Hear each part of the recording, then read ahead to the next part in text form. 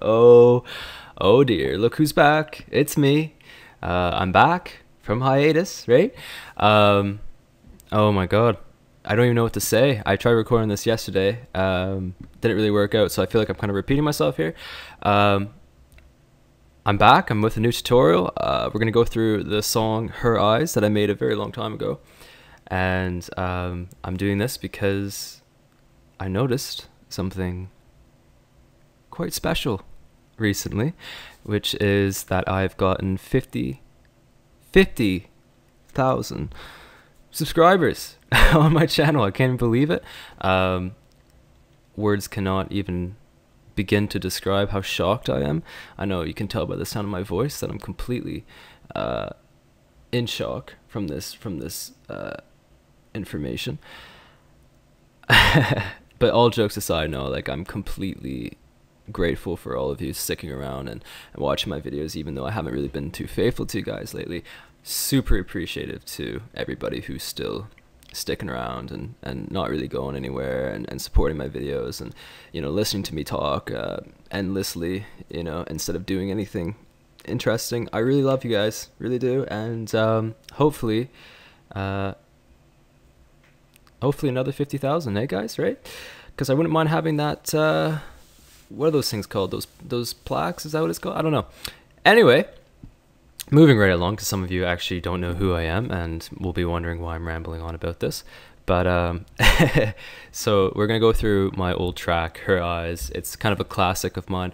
I liked this one because it kind of has a blend of everything. Hopefully it can help as many people as possible. A lot of people who watch my videos are beginners. So, you know, even though the mix down isn't really up there, let's be honest, hopefully it'll help you guys with song structure more than anything. That's what I'm hoping. Don't look at the mix down and master too much, because that stuff isn't really, it's not really like that good, you know. It's not like professionally good. Not that any of my other songs really are, but I mean, if you guys could come up with something to this level, like, I mean, I think that'd be pretty huge. I mean, when I was a beginner, if I always want to make something like this, right? At this point, I'm obviously striving for way more. So that's kind of what I've been up to lately, just sort of trying to get better at what I'm doing. And so that's why I haven't really been uploading so much, or uploading even music. I really want to, like, kind of when I come back, maybe come back with like a better sound. So that's sort of what I've been working on. But yeah, so I'm just going to walk you through the song here and hopefully be as in depth as possible. I hope I can answer and help you guys with pretty much all the little secrets or whatever. Not that there's really much, but it does show how, like, the basics that I do teach you guys can really, like, build something pretty cool. So song starts with this little intro. If you haven't heard the song, go listen to it, but I might leave an annotation on the side or something if you guys want to just listen to the song first. But it starts with this intro that I manually kind of made with a couple samples. Okay, so it just sounds like that. It's really not that, like, complicated. It's just this random sort of thing I made just to sort of start the song off a little bit more, I don't know, uniquely. The idea was kind of based off of You Got to Go by Above and Beyond. I think it starts with a little intro kind of like that or something. So that's why I did it. So I just layered those three samples on top of each other, and then I made this little pattern with hi-hats and the percussion that I already used. That's all it really is. I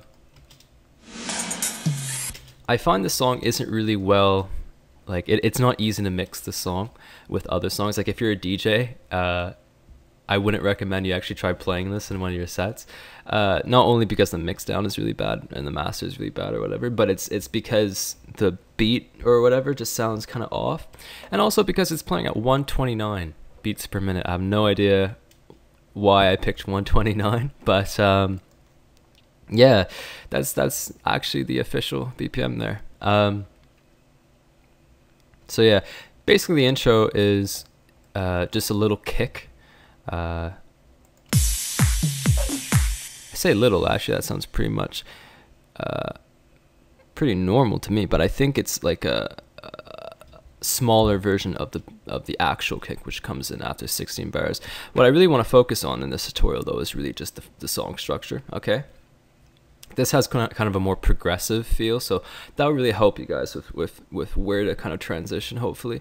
So intro, you could even call it like the pre-intro, is 16 bars. I based this off of This Moment, the song called This Moment by Nick Chagall. It's the progressive remix, not the original, the progressive mix.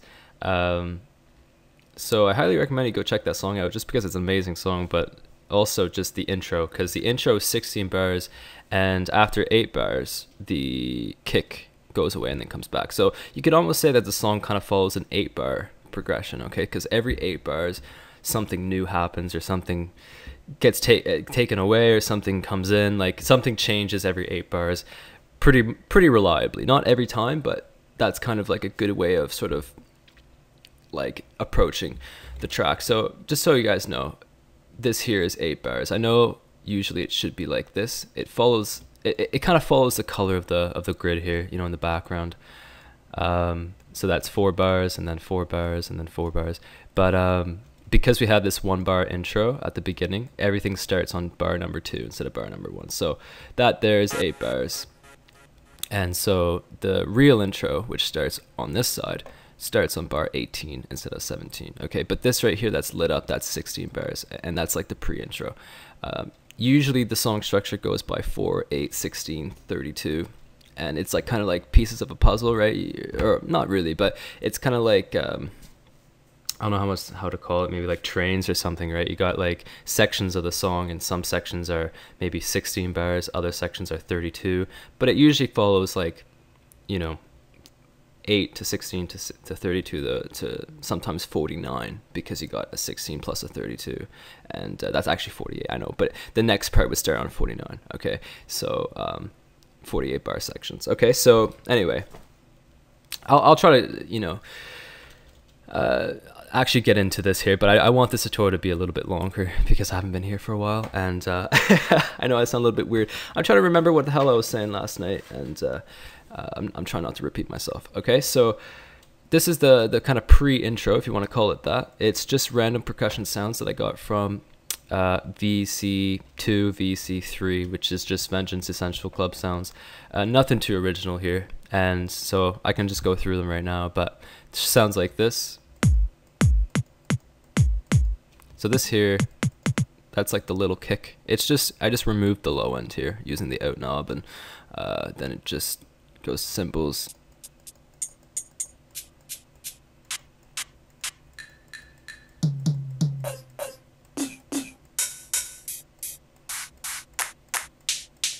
Okay, and I'll probably get into the EQ and stuff. I just want to go through the song first, and I'll do it all like, you know, during. So first section.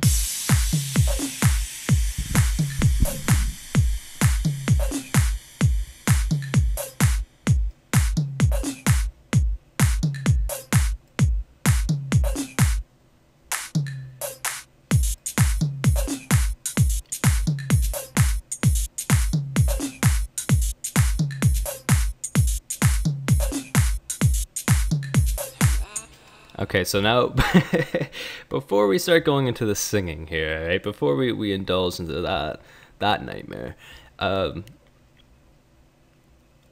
kind of want to get into sort of what's going on here, because I want to let you guys know that this isn't the original file for the finished product. It's pretty much the original, but there is a few changes. I don't have the pitch correction for my voice, so when I start singing here, it's not gonna sound like me. Okay, not that it really does. These vocals were sung by myself like 2 years ago or whatever. Okay, sounds like that. Okay, but all I had to do was sing 2 notes, and I couldn't even do that. I did try to put the pitcher to try to correct that problem, like the auto-tune. It didn't work. So basically, just the vocals will sound kind of out of tune. Just know that I know that, and you know, this file isn't actually part of the original track. Okay, sorry about all the rambling. I'll get into this. So I can't really get into like all the percussion and what's happening here. the way I did this was I had everything on one big pattern, and then I split them all by different channels. Okay, so I mean, they all sort of fill out this blank. I have this here that kind of like makes a side chaining almost sound. That's where the kick would be. And so then I just kind of filled out random little blanks here just to kind of make a rhythm. A big part of the rhythm is these two sounds here, and I'll get into that. They stand out a little bit because I put some stereo enhancements on them. Pretty slick. I think this one's like 7.3 to the left, and this one's 7.3 to the right. I don't know if that really made any difference, but it helps to kind of make them stand out a bit. Those sounds kind of help with the groove a little bit. I know they sound pretty like average, and they're not EQ'd. They should be EQ'd. The low end should be removed a little bit more. But so when it comes to EQing, really, it's just removing the low end and doing some like cuts or whatever. So yeah, that's pretty much the intro. It's not much to get into here. But a big part of what starts the track here is and it's subtle, but it's the crash cymbal and also the noise sweep. Okay, the sweep itself is 3XOSC, and it's just like a noise waveform or whatever. And I got 2 free filters. I know I showed you guys this many times, my older tutorials. 2 free filters, and they just kind of control the frequency and the sweep effect. And I also got a side chain on gross beat. A little bit of like I cut off the low end and just spread out the stereo image, made it a little bit wider for the noise, and that's pretty much it for the pre-intro, if you will. All you really got to do is just sort of make some sort of you just sort of got to set the tone for the track in a way, but it can't sound too much like the actual intro, and that comes right after the first 16 bars. And the reason why is usually in trance, especially nowadays, the intros themselves are usually like really bassy. So like the pre-intro tends to not have any bass, if any at all. Okay, so little bass if any. So usually what people will do is during the pre-intro, I just keep calling it that. I don't know if it's actually called the pre-intro or just the intro, but during that period, that first 16 to 32 bars, people just have like a chill sort of beat, set the tempo, and then what they do is they bring up the track. So they just rise, they just made this huge build over 16 bars or so, and then they just drop it. And then what they're dropping is the intro. Okay, they're not dropping the drop or the climax of the song, but they're just sort of dropping the intro so that when the DJs are mixing the song in, it sounds like the song's really sort of building up, and then it drops. The song comes in and the original song cuts out. Okay, so that's sort of like the transition period for DJs.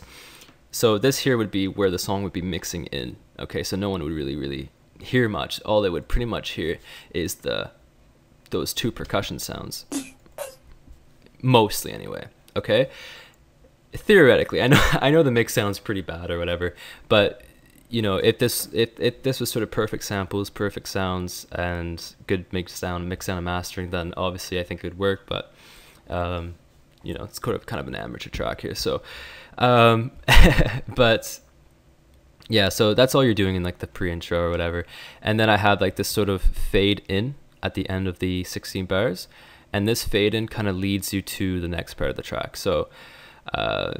Yeah, that's pretty much it, because there's not much of a riser, there's not much of a build into the intro. It just goes straight into it. But when the song starts, the sweeps come down, and they don't come back up until later, because the second half of the intro, the bass line changes. Okay, and that's when things really start kicking off.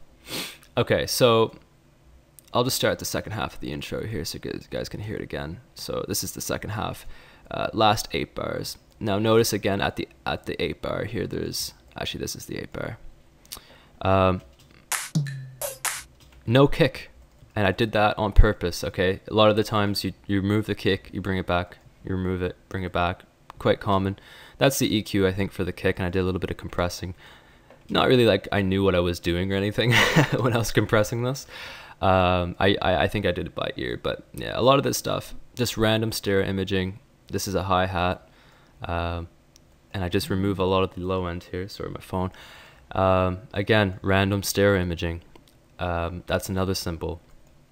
Again, stereo imaging. This is all stereo delay, and I just stereo separate it and pan it. Okay, so that's what basically what I'm doing, and I just remove the low end. And that's basically all I did. Okay, and that's what a lot of people do. They just remove low end and do little adjustments to the frequencies of the sample. And some people like to stereo enhance. Now, obviously, I was going buck wild with the stereo enhancer back in the day. And in a way, I still am, but I'm being a little bit more sensible. Sometimes they don't actually need it, but other times I think they do. So try not to go as crazy as I am when it comes to the stereo enhancer. But yeah, so just the EQ, like I say, it's pretty simple. Just a slope, cutting off the low end so that it doesn't mix with the bass and the kick. All right, and so these are the claps. Again, taking out the low end, doing a little bit of adjustments, making it sound a little bit more sizzly. This is actually muted, so no stereo imaging on this clap. And again, I mean, I still EQ my claps like this. I mean, I got two claps layered together. That's very common. People tend to do that. Got kind of a tight clap and sort of like a less sort of, I don't know. I always think of that like 2 or 3 people clapping or whatever, like a more wide or loose clap, if you will. But it's layered on top of a more clubby, noisy clap. Okay, so putting that together, having that offset can really help. A lot of people do that, so don't be afraid to like layer claps together. Actually, I pretty much recommend it. So yeah, so what happens is 8 bars go along, and then on the 8th bar you take away the kick, and then for the last 8 bars you bring it back, and then you take away the kick again, I think. And yeah, and then you go into the next part with the fade in. So the fade in is really what brings it to the next part. I know I'm being really specific here, but I'm just getting all this information out of the way so that we can just kind of carry on with the rest of the track. Okay, so all right, so now you're gonna have to hear my singing. Again, really off tune, so try not to like just bear with me here. Okay, just go with it. Okay, so I'll start at the last quarter.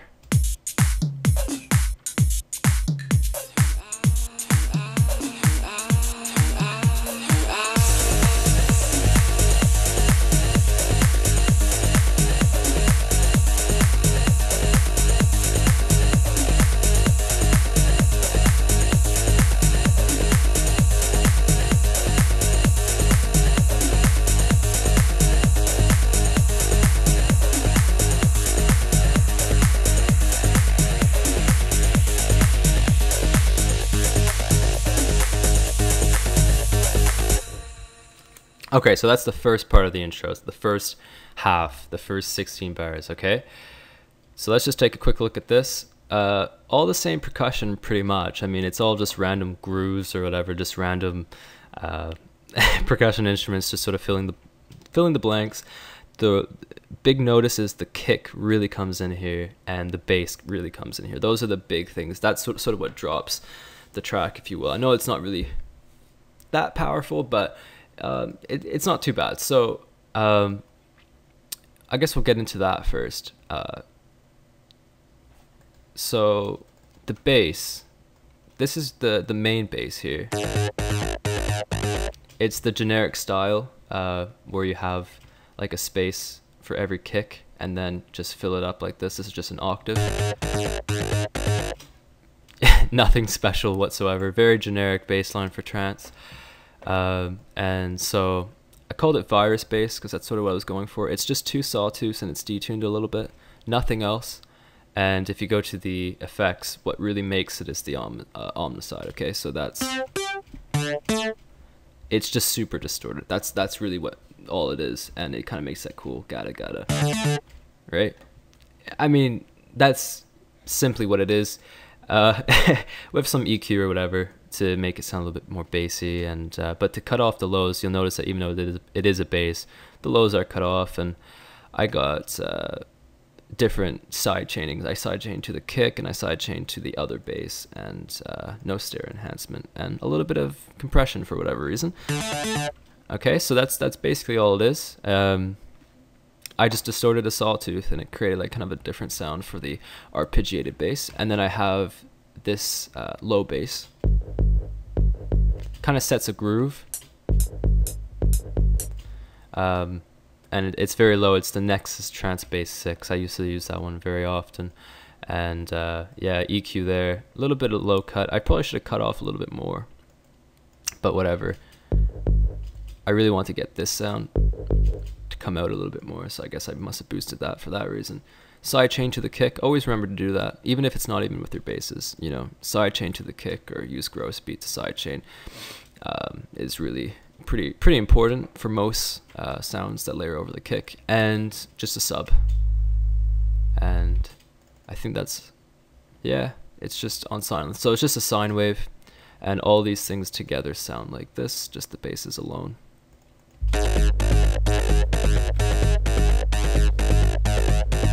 And then with the kick.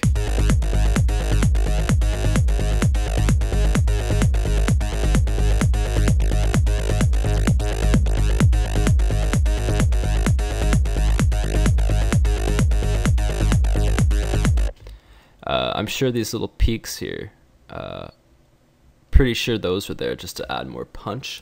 I used to do that a lot with hardstyle kicks, so that's the explanation for this weird boosting here, just to add more punch to the kick. Okay, so that's basically it. And another thing, another huge part of this intro is actually just the atmosphere, which comes from the vocals. Okay, so what I did was I cut off a piece of this sample, which is just the Her Eyes sample, and I took away this little part. Just sounds like that, and I placed it here. If you can notice, like, it looks just like this. Okay, so I just cut it off, and then I just kept on repeating it. Okay, and I just kept on repeating it over and over and over, and I'm pretty sure it's sidechained. Don't forget that. And I also took away this bit, which sounds like it's just a tss. Okay, the reason why I did that was to make it sound like I was saying her eyes and not her eye. Okay, so that's why I added that little tss sound every once in a while here. Okay, so that's basically what it sounds like. So alone it just sounds like, it's pretty embarrassing, but it sounds like this.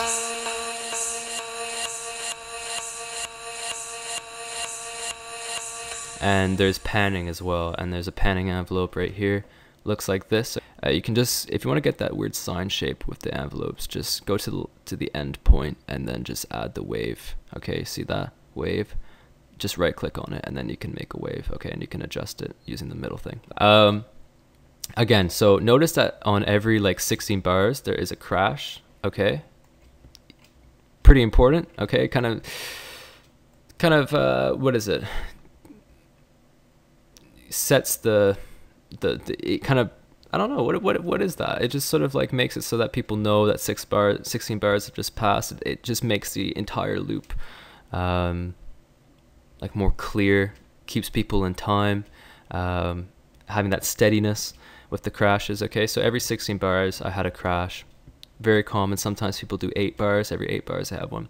So this is the first half, okay, of the intro. Again, just the beat with the bass and those vocals, and also I have the sweeps that are going to come in around the end. So the sweeps are coming up, and the reason why I had the sweeps there was that I didn't want the bass line to change without having something to kind of show that, oh look, something's gonna happen, which is what the sweeps kind of do. I mean, having sweeps or crashes or reverse crashes or taking away the kick and bringing it back, those are indicators that something different in the track is about to happen. Okay, so that's why I added a sweep, and that's why I removed the kick. It's just to show that at the end of the section, that in the next section something different is going to occur, and that's basically all that is. Okay.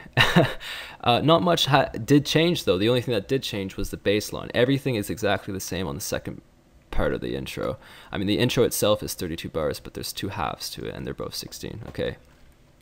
All I did was that I just changed the bass line to the bass line of the track. It's a very simple bass line, just goes up, down, or down, up, down, up, down, up, up. That's the very simple way of looking at it. Okay, just like this, very simple bass line.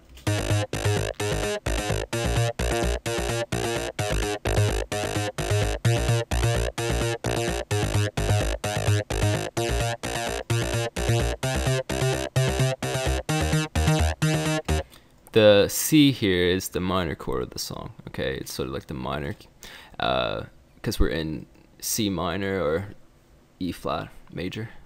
I'm pretty sure it's E flat major that we're in. So, okay, so that's basically the key of the track. And yeah, also notice that when I did have these vocals, I also like turned it down after a while. That's the volume envelope for the vocals. I didn't want it to just keep on repeating because that would have just been annoying. So you just want to turn it down a little bit and have them there kind of in the background, sort of like they're fading away. So yeah, I have the crash here, and then here I have the reverse crash. It's the exact same sample, I just reversed it just to bring it to the break. Okay, so usually these songs have sort of a pre-intro and then the real intro, 32 bars, and then it builds up, and then it breaks. Okay, so that's usually how these songs go. Okay, any type of progressive tends to be something like that. Obviously this is sort of a basic look at the song structure, but it still works. Okay, so we'll just listen to this.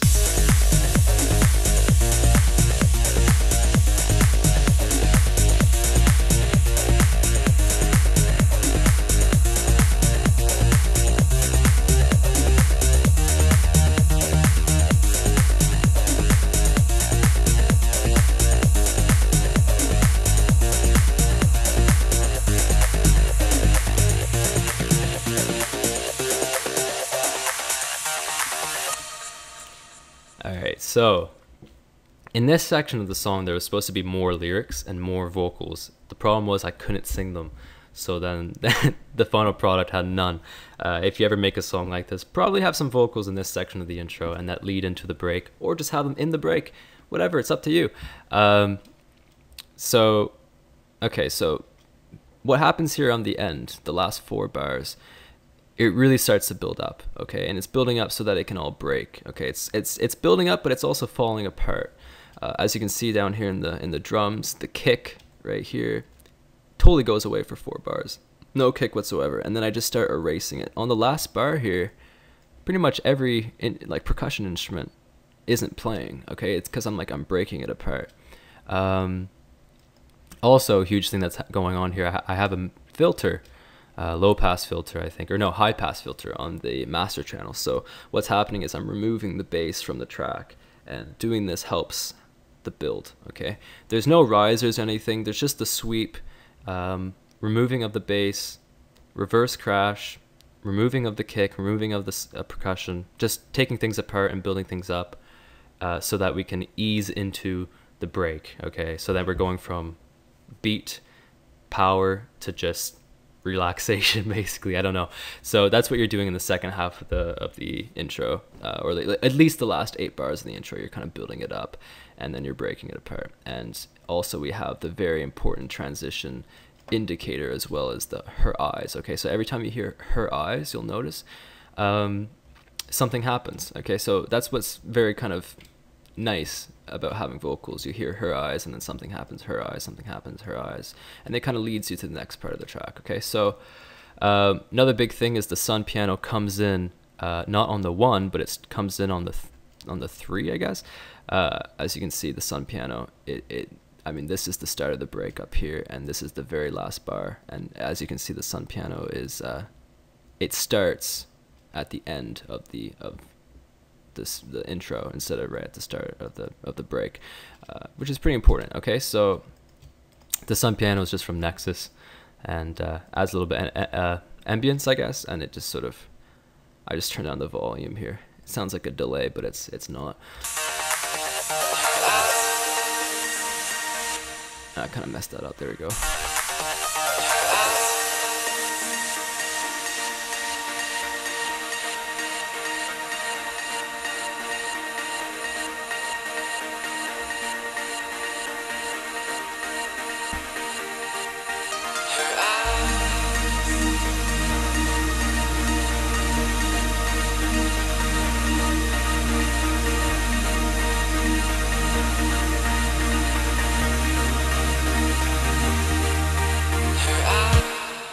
Alright, so this is kind of where the chords are sort of important, knowing music theory, because this is kind of the break, everything stops for a second, it's kind of nice.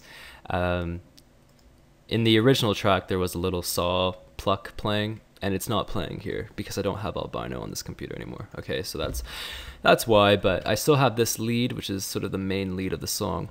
You'll notice that actually this pattern, this lead melody pattern right here, this friggin' thing plays for the entire rest of the song. Okay, it does not stop playing. It's very repetitive. You can see it's there, and it just keeps going for the entirety of the track right until the end. Okay, so I don't know why. I mean, it's kind of an addicting melody. It doesn't really get old because it's a 16 bar melody. All right, most people like to have their loops 4 to 8 bars. I say definitely have it at least 8 bars. Okay, if you're making melodies. If you're making a bass line, it's only 4 bars. 4 bars. That's okay, as long as there's dynamics. Okay, at the every 8th bar, every 16th bar, or even every 4th bar. Okay, there should be some sort of dynamic or some sort of change. All right, not just in the volume, but in the pattern and the rhythm and the notation. Something needs to be different so that it's not the same fucking 4 bars playing, or even 2 bars playing over and over and over again. And there needs to be things happening to make it less boring. And so that's just kind of future reference to make you guys sound a little bit less repetitive. I know that's kind of a problem when I hear you guys' tracks. It can be a little bit repetitive. You guys find a good melody, and it's the only thing that's happening in the entire track, and that's kind of a problem. You want to start with a sort of bass intro if you're making trance, or most things sort of have like bass and pads, and then have a break. Okay, and have different sections of your songs play different instruments, play different chords. I mean, if you look up pop songs, if you look up any song really on Ultimate Guitar Tabs or whatever, if you look up any tabs, you'll find that the verse has different chords than in the chorus, and the chorus has different chords than the bridge. And I mean, that's to keep things interesting. Okay, and I know that's difficult if you don't know chord progressions very well, but if you can have your song be a little bit more linear like that, and having sort of maybe an A-B structure, or A-B C and then A, something like that, where it's certain sections come back, then that will have some sort of, the song will have foundation, but it won't be repetitive. It'll flow nicely. And yeah, basically that's pretty much it. The lead melody, it's this saw here that I made on Silent, and I have another one which is sort of a square tooth. So this one sounds like a square saw, square tooth lead, and this one is like a sawtooth lead. So together they sound pretty good because you're getting that saw and you're getting that square tooth, and they're sort of coming together. Yeah, that's pretty much it. Her eyes, and then you got this, her eyes again, and then the pads come in, and then her eyes after 16 bars of a break. The theme of the track starts. Okay, so this is just playing the melody alone, no additives really, it's just the melody, and then after that 16 bars build. Okay, so here, pretty simple, like I say, it's just the melody for 16 bars just to kind of set the tone, and then after that the build starts. Now, to kind of set the build, or to start the build, you want to start it from rock bottom of your track, usually for progressive or something. It's good to start it at the least intense part, okay? And you want to start it with, oh, no, I didn't want to do that. With some sort of sound that sounds like this, some sort of reverb, kick, or impact. That can be very effective in letting the audience or the listener know that the build has started, okay? Because it's quiet, and then you hear, that impact sound. And, when you hear that, you kind of know the build starting. Okay, another huge thing is that you're hearing the percussion without the kick. Okay, so as you can hear, you got the lead, sounds pretty good. There's no cut off or anything. It's pretty much everything's there, and you can hear the claps and the hi-hats. On this section actually, which I didn't play,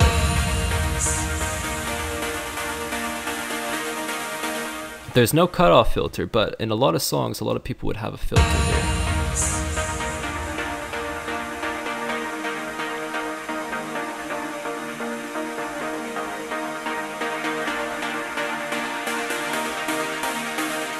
And as the song would go by or go along, the cutoff filter would rise or whatever, and it would build that tension. Okay, so that would be something you might want to do in your tracks. Didn't do in this one, didn't feel it needed it. And anyway, so yeah, this is the build. There's no kick here, okay? The only thing here is the kick roll, which is very common, especially in dubstep. A lot of people use snare rolls or big snares. Didn't really use anything like that, just a kick roll, and I used the same concept as in the build of the intro to the break. Okay, so when you remember at the end of the intro, there was the filter, there was the reverse crashes and the crash, which is back here, and I don't remember what else, but basically like that's how you build that tension. Okay, same exact thing here. So you're just building that tension, you're removing the bass at the end, second part of the build here, you're removing the bass, you got that kick roll playing, reverse crashes, sweeps again, bringing in the sweeps and then bringing them out, kind of like inhale, exhale, tension release kind of feeling, right? And what else? Yeah, kick roll. I know I already said that. And I know at the end here, right at the end of the build, everything cuts out. Okay, that's what all these things here are. It's just the volume of every instrument basically cutting out. Also at the end of the build, there's also a riser, which I'll get into. But I'll just play the build here. And so yeah, when you're making the build, just make sure there's not too much bass at the end so that you can drop it, okay, during the drop. All right, so here we go.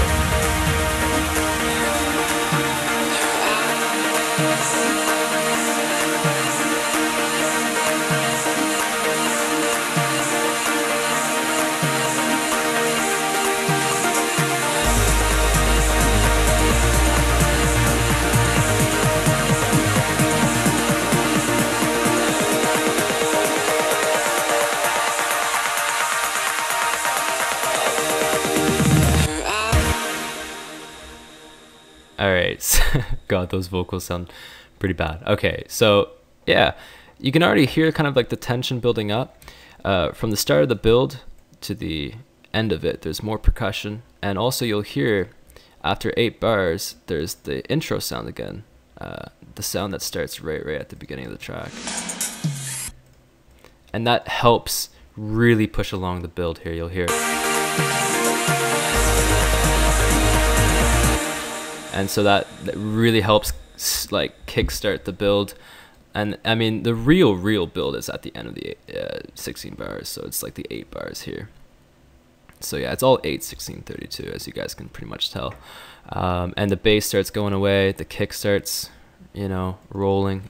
I mean, I guess I could show you this. It's not much really.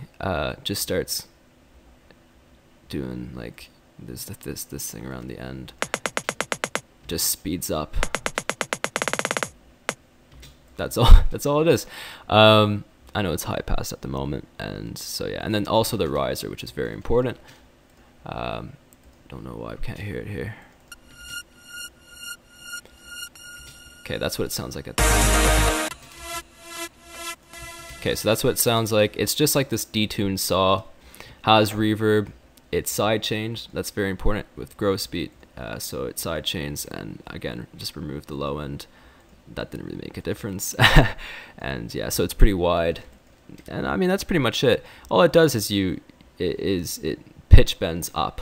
Okay, as you guys probably know all this stuff, but you just make an automation clip on the pitch bend, and I have it on 24. You can just have it on 12 here on the bend range. That's just 1 octave, and 24 is 2 octaves. Okay. It's just 24 semitones, pretty sure. Alright, so yeah, I'm pretty sure I covered everything. But the reason why I turned down everything at the end is just so that you could really hear the her eyes. Okay, that's the reason why I turned everything down. So you can just hear the her eyes soloed, and then it kicks off the drop. Alright, so I'm just gonna carry on to the rest of the track here. But yeah, so drop hits, the kick comes back.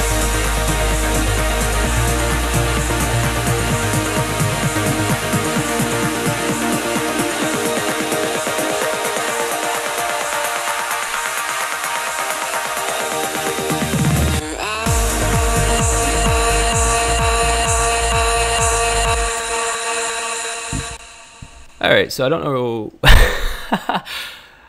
know what happened there. What the hell? I don't even know, guys. I actually have no idea. I was not doing that last night when I tried to record this tutorial. It's possible I may have moved something. Maybe, is it this? Oh yeah.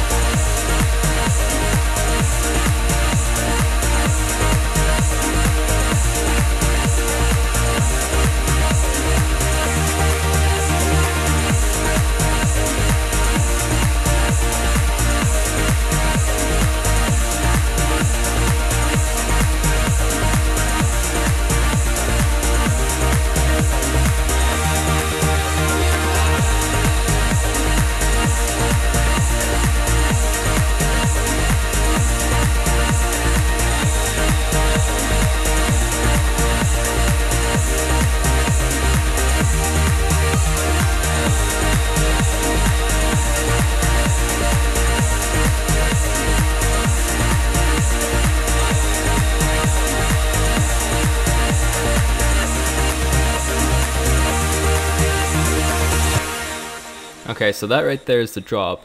32 bars. There's the first half, that is just the lead. It's just everything sort of coming together. And then the second half, it's the exact same thing, except you got the sun piano going over it. Again, just to kind of break the boringness, the repetition, add something different, mixing everything together. Everything from the first part of the track is all in the drop. Again, just everything coming together.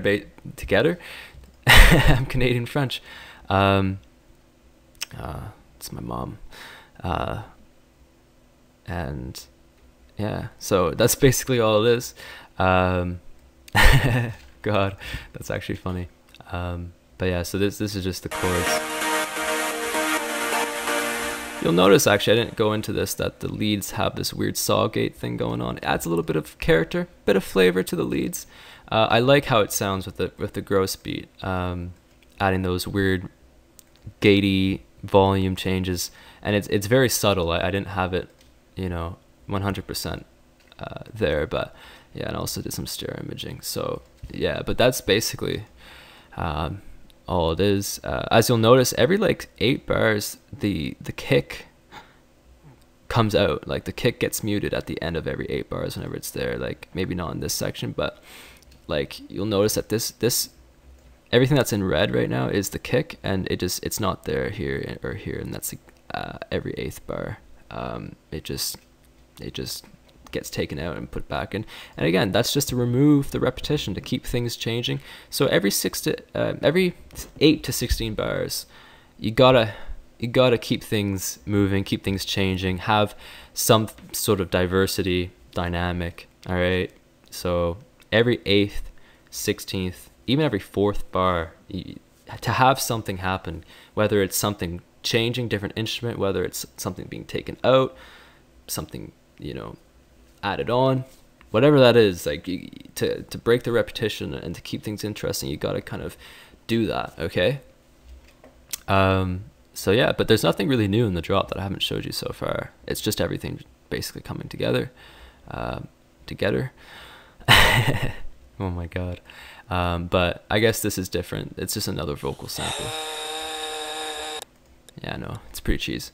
Again, the sun piano does not start on the 1. It starts on the 3 of the last bar, and that's nice because it kind of fades into the next part instead of just starting at the next part.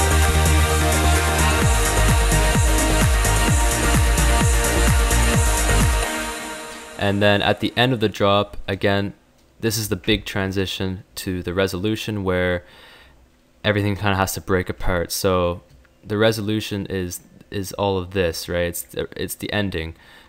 This part's really the resolution. This part is just basically the ending. So it's just 8 bars basically. But you guys might be wondering, how do I know what should be 8 bars? How do I know what should be 16 bars? How do I know what should be? Some of it's just mixing, like for the DJs, if you ever want to have your song played by like a DJ, or just, follow that sort of consensus of electronic music. And some of it is just going by what feels right, okay? Yeah, Just go by what feels like needs to happen, what needs to change. But knowing what to do and how to change things is what's important. So that's kind of what I've been trying to teach you guys here tonight. Just the changing everything, the last 8 bar, the last 16th bar. I know I keep repeating that so you guys get it, but that's all it is. So no sweeps here. The sweeps actually just come in around the end of the track. But there is the crash here, and the reverb kick is here again. So this is resolution starts here, I think.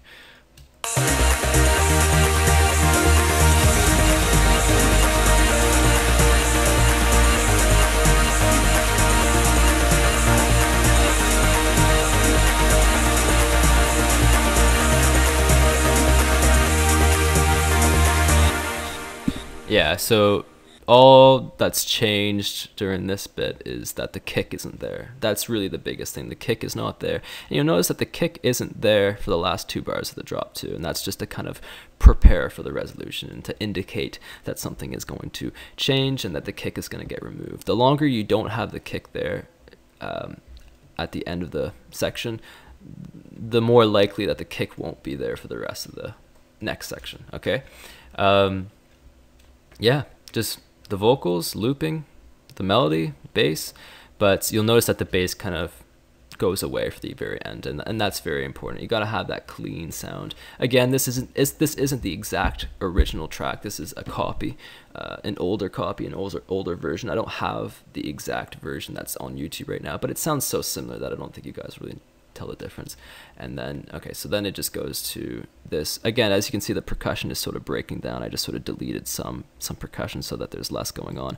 At the very end, it's just claps and hi-hats just to set the tempo if someone's mixing the track in. And it just sounds pretty good. And then again, the intro thing comes back and then it ends with that kind of a hit. And it ends with her, which is pretty cute. And the sweeps, all right? So that's all it is.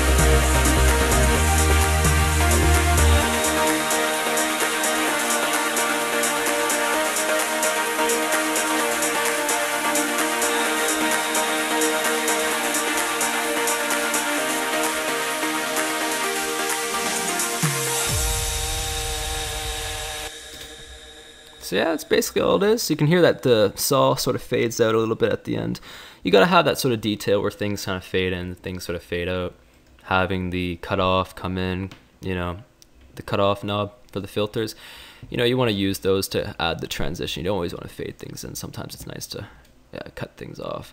Most of this is just messing around with the reverbs, messing around with the volume of different things, different effects. This is just for the rise. Yeah, so a lot of these envelopes aren't actually that interesting. So yeah, there you go. That's basically the entire track. I know this did drag on pretty long, but I just really wanted to get the point across for song structure and transitioning. In terms of layering, I hope you guys sort of see what's happening. You know, building up percussion and removing it. It's very subtle changes that are happening during the transition, but it's all those subtle changes put together that make this transition sort of smooth. And I mean, I know this is no professional track by any means, but it's a finished one. And if you guys can finish a full track like this, like, I mean, and make it sound semi decent, right? Like that's huge, really, because then you can kind of just work on sound design or whatever, and you'll kind of get better at sort of layering down the structure. I know a lot of guys will be wondering what the hell I did for mastering. It doesn't really fucking matter. That's my answer, because there's so much fuss about mastering, whereas like it doesn't matter nearly as much as the mixing. And there is a difference. Mixing is everything I did here. Everything that's on the mixer right now basically is mixing. The levels, all those faders, and the EQing, the reverb, everything, all that shit, those are all mixing. That's what's important, okay? The mastering is the cherry on top, okay? The compression, that's all it is. And you don't really have to do it. You know, honestly, sometimes EQing is enough. Obviously here I use ozone, and you know what, I don't know what I was doing. Do you really think I knew what I was doing when I was mastering this? No idea. But I just sort of messed around with the compressors here, the bass section, the bass frequencies. I didn't really do any brick wall limiting. and that's what most people do. Mastering is just to, the consensus for mastering is just to bring the levels of the track up without it clipping. Okay, so just turning it up as loud as it can possibly be without distorting or clipping. But you know, that's a little bit, I feel like it's a little bit irresponsible. But you know, it's good for the track to end up being on 0 decibels. That's where you kind of want it to be. All right, so that's why they use brick wall limiters. And so as far as EQing goes, taking out the muddy section, which is usually around 200 to 300 hertz, taking that out, pretty good. You don't want to do more than 3 decibels when it comes to cuts or boosts. Don't master EQ more than like 3 decibels. That's usually like audible enough. If you really have to take out a lot of the section, then you probably did something wrong in the mix down. You know, it shouldn't be that much. Most people don't bring up the high ends very much during the pre-master, so that during the master they can bring it up. And I know I'm messing with this a lot. And also, when you're doing your mastering, take out some of the bass, take out some of the highs. And I probably took out too much highs, but you know, you want to get rid of that extra noise. And yeah, that's basically it. Yeah, post EQ. It looks like a V. A lot of people find that mastering is like the EQ for the mastering kind of has to shape like a V. Don't know how accurate that is. Again, harmonic. Oh my God, harmonic exciter. I can't fucking read or talk tonight. Yeah, so this is just to boost different frequencies. This is the sub, mid, or low mid, high mid, and highs. And you'll see with the stereo imaging, I didn't do that right. Usually with stereo imaging, the frequencies, you want to have the sub at like -100, which is mono. You want the sub to be mono. You want the low mid to be sort of mono, so like -20% or something like that. You want it to be sort of pressed in or tighter, and then you want the high mid to be spread out, and then the highs to be like very spread out. This would be like a very rough idea of how most people would do it, and I'll show you guys what this sounds like. I know I kind of messed around with the master quite a bit here, but I'll just play the drop anyway, because it does sound quite different now if I play it to you guys with this new stereo imaging.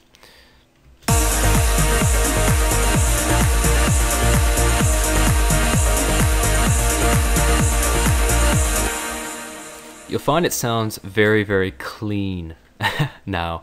That's because a lot of the muddy sections became mono. It's not quite as spread out. And I removed some of those muddy frequencies here, which is, like I say, like 250 or 200 hertz or whatever. If I bring that back to what it was, though, it sounds like this.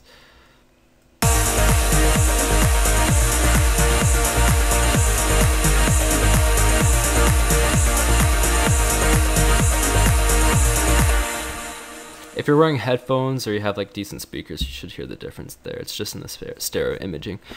And yeah, so that's basically it. I know it's not much. If you're actually trying to release a decent track here, just set up like a very well-balanced, well-EQ'd, well-arranged pre-mix or pre-master, sorry, and then, or mix down, whatever you want to call it, and then send it to a mix, or you could send it to a mix down engineer, but I'd say just send it to a mastering engineer, and hopefully the guy knows what he's doing. Tell the guy sort of what you want, and he'll master it properly for you, as long as like he's a professional or whatever. Don't send it to just some random guy who doesn't know what he's doing, and try to send it to a guy who is used to or accustomed to mastering your genre. So if you do dubstep, send it to a mastering engineer who is good at mastering dubstep tracks. Okay, so like that would be an example. All right, so that's basically it, guys. I did a lot of rambling. I'm tired of hearing my own voice. I don't know about you guys. I know I'm stuttering quite a bit, but that's it. Never know how to end these tracks, or these tutorials. Oh my god, I'm pretty tired here. But hopefully you guys learn a few things about how I made this, and yeah. All right. Well, thank you so much for subscribing, everybody. If you're new, please subscribe, and you can join the fun, right? Join the other 50,000 or more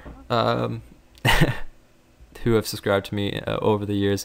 Highly appreciate it. I never thought, this would ever happen, that this channel would get so big when I created it a couple years ago.